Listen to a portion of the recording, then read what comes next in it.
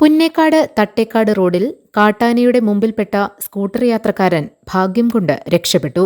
കോതമംഗലത്ത് KSEB ഓവർസിയറായ കുട്ടമ്പുഴ ചിറങ്ങര ജിജോ ആണ് രക്ഷപ്പെട്ടത്. ജിജോയുടെ സ്കൂട്ടർ ആനയുടെ ചവിട്ടേറ്റ് തകർന്നു.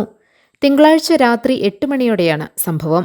വാച്ചർമാരായ ജോളി ഐസക്കിന്റെയും ഷിബുവിന്റെയും സാന്നിധ്യവും ഇടപെടലുമാണ് ജിജോയെ ആക്രമണത്തിൽ നിന്നും രക്ഷപ്പെടുത്തിയത്.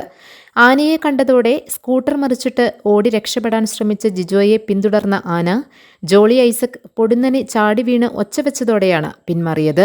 കോതമംഗലം നമ്പർ 1 സെക്ഷനിലെ ഓവർസിയറാണ്. പേര് ജിജോ, കുട്ടമ്പുഴ സ്വദേശിയാണ്.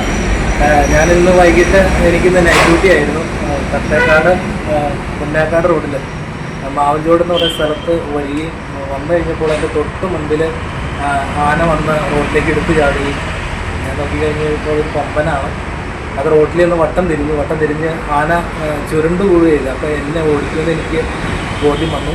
ഞാൻ ഒട്ടും മടിച്ചില്ല. വണ്ടി റോഡിൽ മറിച്ചിട്ട് തട്ടേക്കാട് സൈഡിലേക്ക് ഒരു 20ഓളം മീറ്റർ ഓടിക്കഴിഞ്ഞപ്പോൾ RRTയും വരികയും അത് ലേറ്റടിച്ച് ആനയെ വനത്തിലേക്ക് ഓടിച്ചു ഓടുകയാണ് ചെയ്തത്. ജോളിയും ഷിബുവും സ്ഥലത്തുണ്ടായിരുന്നില്ലെങ്കിൽ ജിജോ ആനയുടെ ആക്രമണത്തിനിരയാകുമായിരുന്നു.